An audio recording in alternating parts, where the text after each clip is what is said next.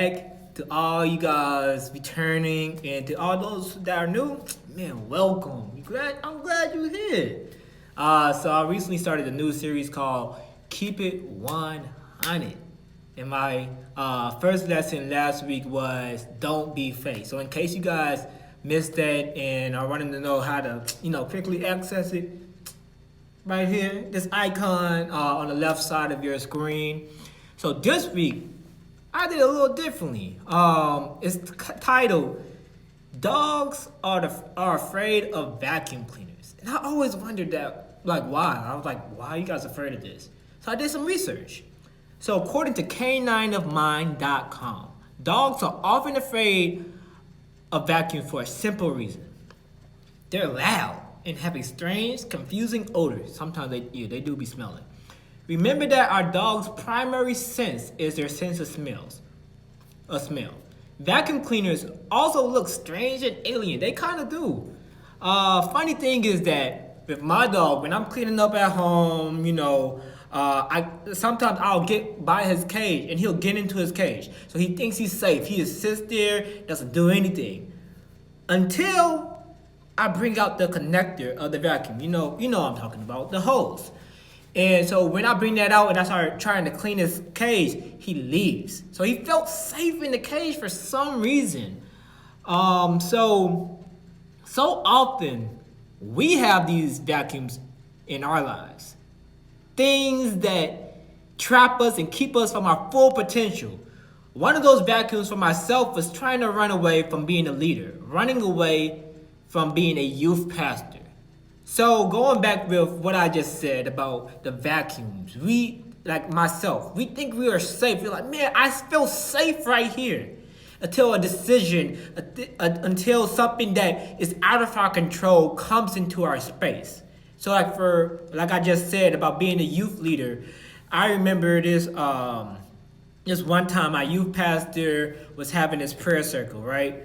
And one of the girls I know was saying that, oh man, she was saying that what she thought about me was that I reminded her of Moses. You know how Moses did not want to lead because he had a speech impediment.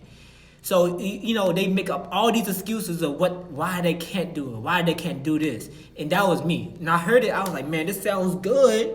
It sounds good because it's tingling in your ears. Like, man, yes, I'm compared to this great person, right? But, after that, after you leave the sanctuary, after you leave the church or wherever you are, wherever that person said that, planted that seed, the enemy tries to attack you, right? It doesn't mean that it's like free reign, but the enemy, the devil knows that what you have inside of you can destroy him. And he knows that he cannot attack us unless we give him that right. So he tricks us. He has these things like, hey, what about this? This doubt, this thing. Like, man, this is too hard for you. And he'll sometimes use other people. So you can't just blame, you can't be like, man, it's the devil's fault. No, we have free will. He didn't make you think this way, right? You chose to think this way because you are continually going down this domino effect, picking up the dominoes that he's laying down. And like how I was like Moses, I'm kind of like Gideon as well. And he was the same as Moses. Basically, it's like as if I'm saying, God, prove yourself to me. As if I have the right to test God, to tell him what to do. He created us. But when I speak like this, it's because I'm insecure. My insecurities keep me from succeeding. I see a job that I want, but I disqualify myself before I even open the application to read the details. So when these tough decisions come close to me, I move like my dog. That safe place that you have. I'm like, man, this is my spot. But then the second the storms come, we move. So one day I'll get married, move out. My mind sees the future and I try to control it. I try to box it up. I try to we're like, man, I labeled this box, cool. Now this box, now this box. But imagine working at Amazon or any place that has a line, where you have to make different things, like working at Ford or any automobile company facility, and like it just somebody pressed the button on accident and it's going fast.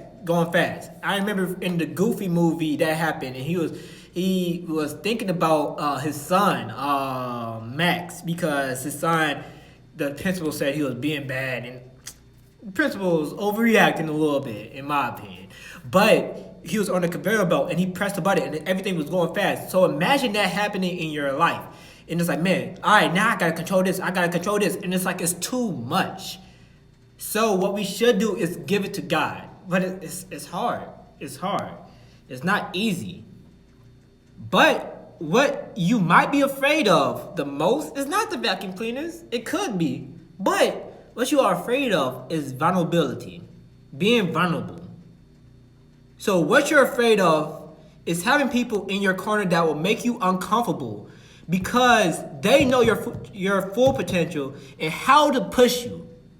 Being vulnerable is not easy. It's not saying, oh man, I used to do this. I used to be in the club, I used to be this type of person, and like you're laying down your life. No, being vulnerable also includes letting down your guard. It's like, man, all right, I have this in my life.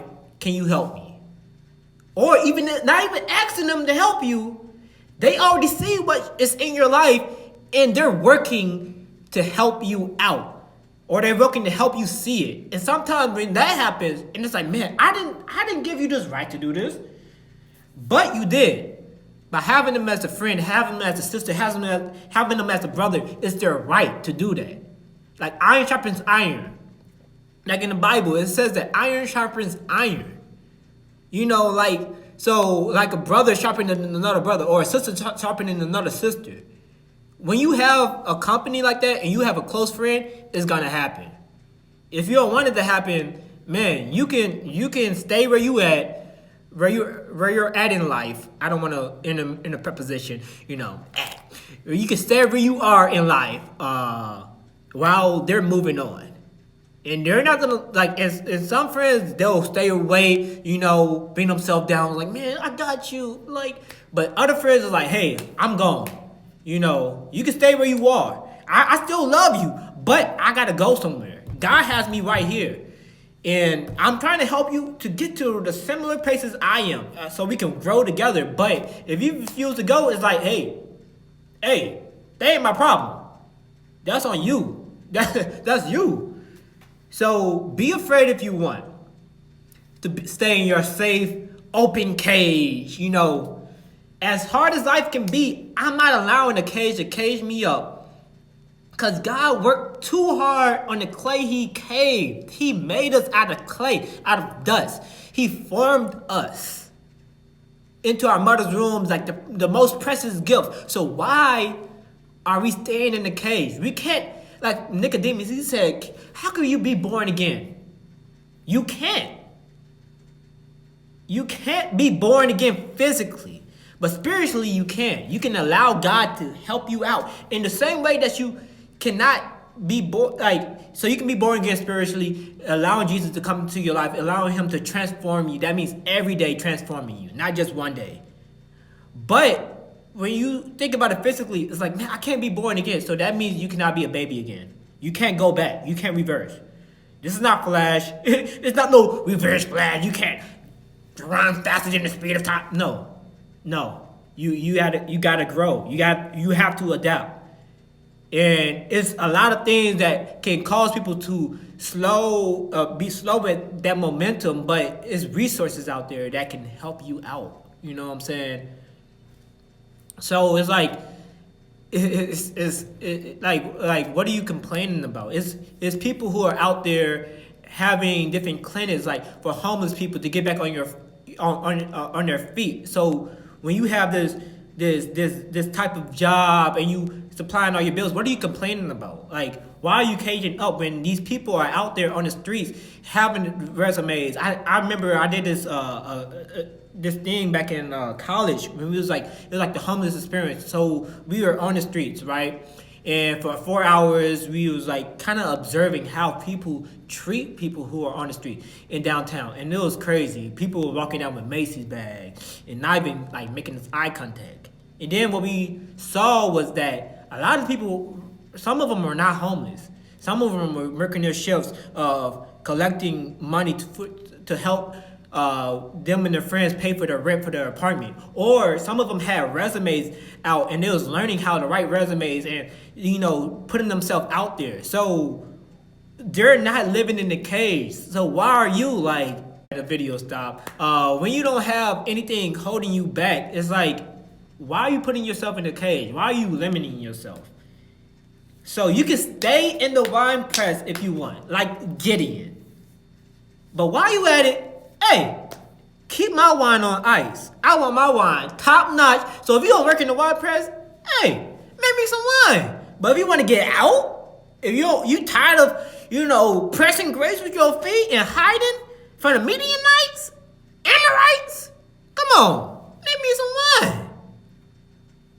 That's all I want is some wine. If you don't stay in your cage. So, don't be scared of vacuums like dogs. Hey, take that vacuum out. Teacher, who's boss?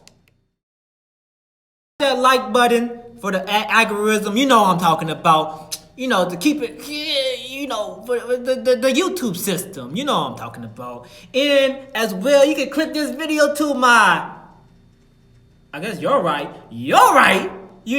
for the last week. And then for next week, it's Wholesome Music Monday. Man, it's going to be amazing. I can't wait to share on that.